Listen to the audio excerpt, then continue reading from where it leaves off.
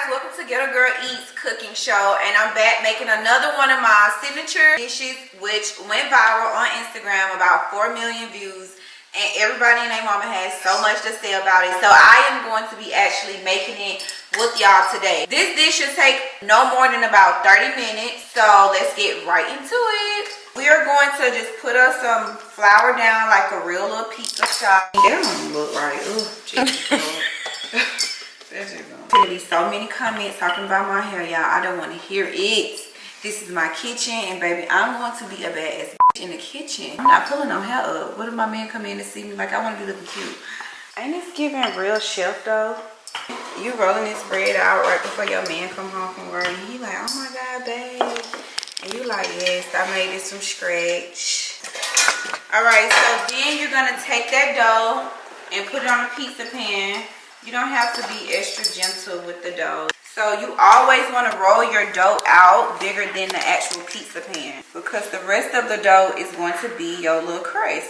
Then you're going to add your cheese inside of the sauce. Y'all got to get the full ingredients so y'all can know exactly what I'm using, but I'm going to show you how to make it.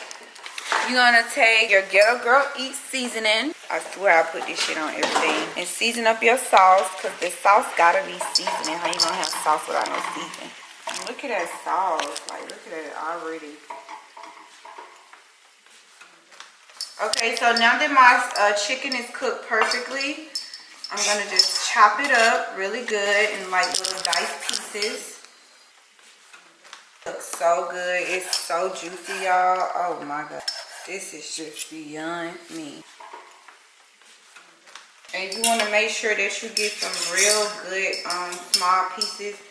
So when I tell y'all, best pizza hands down. 10 out of 10. You ain't gonna want to eat another pizza unless you have it like this.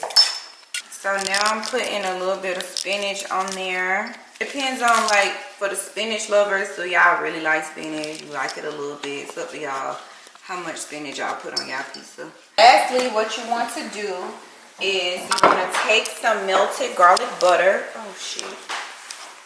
And you want to just base your crust with that garlic butter.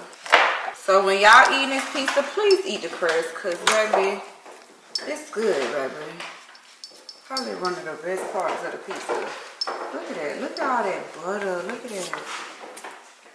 This one right here, people gotta taste this. This one is gonna take people to the masses. It's so good.